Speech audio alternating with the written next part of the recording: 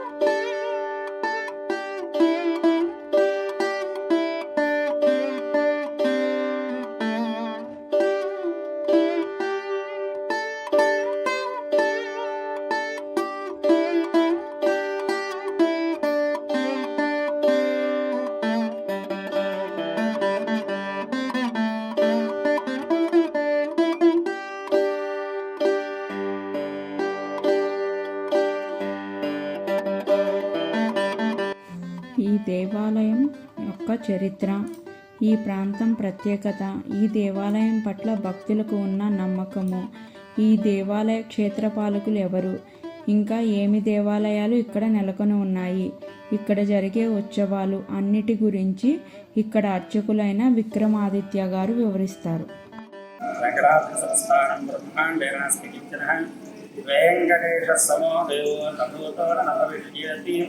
కళ్యాణప్రదగాత్రాయ కామితార్థప్రదాయినే శ్రీమద్వేంకటనాథాయ శ్రీనివాసాయ తే నమో నమః.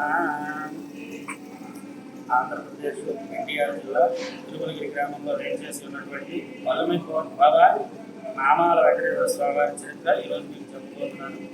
స్వామంతా కూడా నామరూపంగా ఉంటారు. ఇక్కడ వెంకటేశ్వర స్వామి వారు వైకుంఠం మొదటి భూలోకం వచ్చినప్పుడు లక్ష్మీదేవి కోసం వెంకటేశ్వర స్వామి తపస్సు చేసినటువంటి ప్రాంతం ఇది.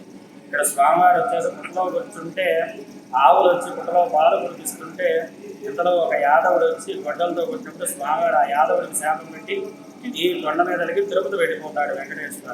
తిరుమల వెళ్ళిపోయాక మళ్ళీ అక్కడి నుంచి ఆయన తిరిగి రావడం కోసం ఈ కొండ మీద భారద్వాజ మహర్షి తపోబలం చేత స్వామివారు శంఖచక్రాలతో తిరిగి వస్తే మానవ రూపం మాకు వద్దండి, మేము ప్రతిరోజు కూడా అభిషేకం చేసుకోవాలి, అటువంటి రూపం ప్రపంచంలో వాళ్ళు ఎక్కడా కనిపించకూడదని చెప్పేసి దేవతలందరూ కూడా వేడుకుంటే తథాస్తు అని చెప్పేసి విష్ణుమూర్తి చూపించిన రూపం అన్నమాట.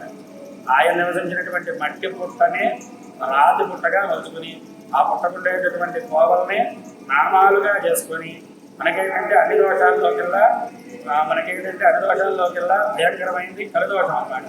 దాని నుంచి మమ్మల్ని విముక్తులు చేయండి అని చెప్పేసి ఋషులు దేవతలందరూ కూడా వేడుకుంటే మన కలియుగానికి దేవుడు వెంకటేశ్వర స్వామి కదా తథాస్తు అని చెప్పేసి ఈ రూపం చూపించారు అనమాట. మొత్తం స్వామి నిండా 12 నామాలతోటి వెంకటేశ్వర స్వామి ఇక్కడ భవించారు.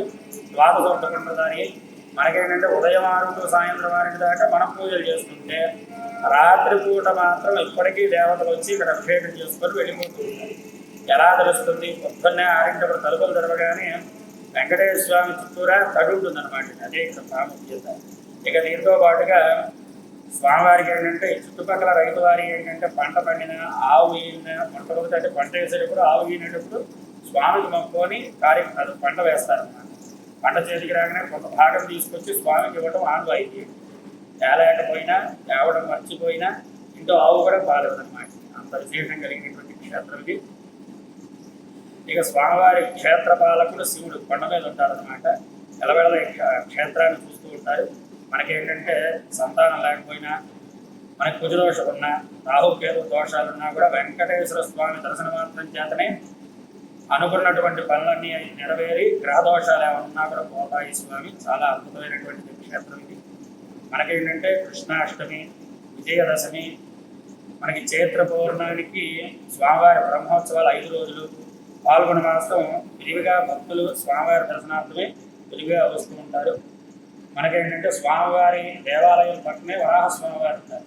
పూర్వకాలంలో మనకి కలియుగ ఆవిర్భావంలో మొత్తం జలమయమైపోయి ఉంటుంది కాబట్టి ఎవరికి పూజ కావాలన్నా సరే వరాహ స్వామి దగ్గరే మనం అప్పు తీసుకోవాలి. ఇక్కడ మన వెంకటేశ్వర స్వామి వారు కూడా వరాహ స్వామి వద్ద నుంచే 3 అడుగుల స్థలాన్ని తీసుకున్నారు. అలానే కొండ మొత్తం కూడా వెంకటేశ్వర స్వామి వారు ఆకర్షణ చేసుకున్నారు. ఓం నమో వెంకటేశ్వర. అయితే మన స్వామివారికి ఏంటంటే కొండ చుట్టూరా 9 ఆంజనేయ స్వామి చేత ఈ కొండ అష్టదిగ్బంధనం చేయబడింది. దీంతో పాటుగా స్వామివారి ప్రథమ పాదం కోనేరుకు వాలసుగ్రీవులు రక్షణగా ఉంటారు. 2వ పాదం వచ్చేసి కొండ మీద వేసి ఉంటుంది.